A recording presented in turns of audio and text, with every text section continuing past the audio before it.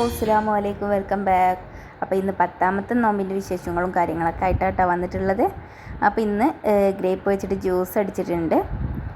2 ദിവസമായിട്ടുണ്ടായിരുന്നത് തിളപ്പിച്ച് ഫ്രിഡ്ജിൽ വെച്ചിട്ടുണ്ടായിരുന്നത്. നല്ല തണുപ്പുണ്ടെങ്കിൽ ഗ്രേപ്പ് ജ്യൂസൊക്കെ ടേസ്റ്റ് ഉണ്ടാവുള്ളൂ.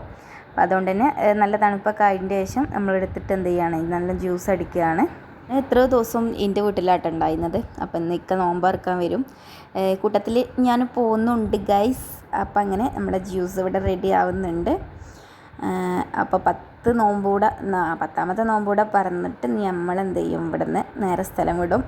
അങ്ങനെ പൊരി സവാള ഉണ്ടാക്കാമെന്ന് വിചാരിച്ചിട്ടുണ്ട്. അപ്പോൾ അതിന് വേണ്ടിയിട്ടുള്ള സവാളൊക്കെ അതാ കട്ട് ചെയ്തിട്ടുണ്ട്. പിന്നെ കുറച്ച് ക്യാബേജും കട്ട് ചെയ്ത് വെച്ചിട്ടുണ്ട്.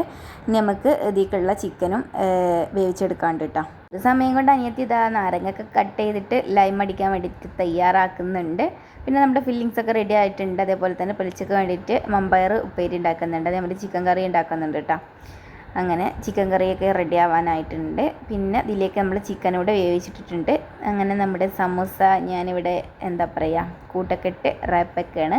റൺ വ്ളോഗ്സ് ഒന്നും ആരും കാണില്ല എന്ന് തോന്നുന്നുണ്ട്.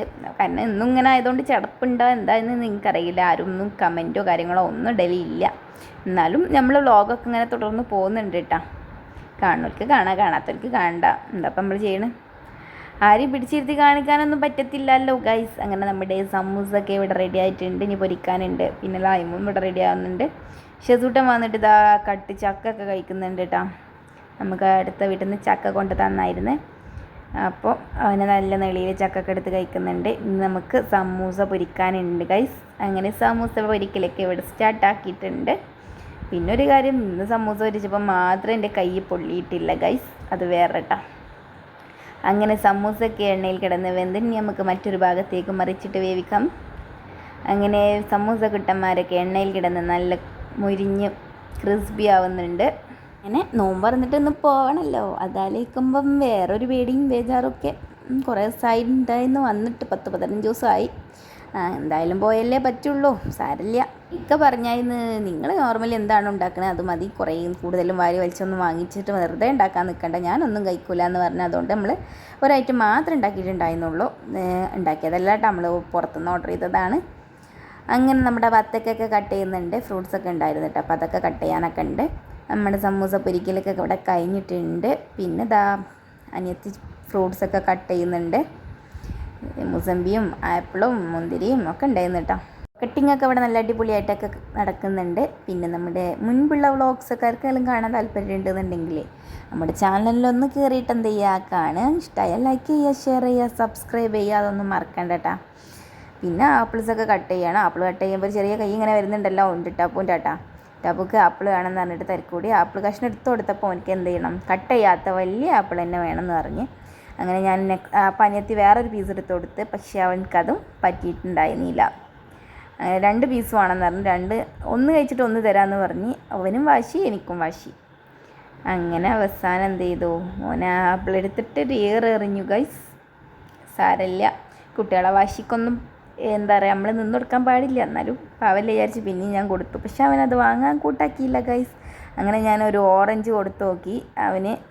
അപ്പോൾ അവനെന്ത് ചെയ്തു, ആ ആപ്പിൾ എനിക്ക് തന്നു. ആ വത്തയ്ക്ക് എൻ്റെ കയ്യിൽ തരാൻ നിൽക്കുകയാണ്. അങ്ങനെ ആ ഓറഞ്ച് വാങ്ങാനുള്ള പരിശ്രമത്തിലാണ് അവൻ. അങ്ങനെ അവന് ഞാനത് കൊടുത്തില്ല.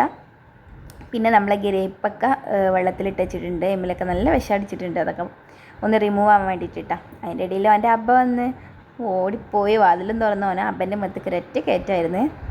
അങ്ങനെ അവരെ സ്നേഹപ്രകടനമൊക്കെ കഴിഞ്ഞ് പിന്നെ നമ്മളെ ഫുഡും കാര്യങ്ങളൊക്കെ ടേബിളിൽ നിരത്തി വെച്ചിട്ടുണ്ട് ഗൈസ്. ഇങ്ങനെ നോമ്പ് തുറക്കാനുള്ള ഒരുക്കങ്ങളൊക്കെ ആയി തുടങ്ങി. ബാങ്ക് കൊടുക്കാനായി.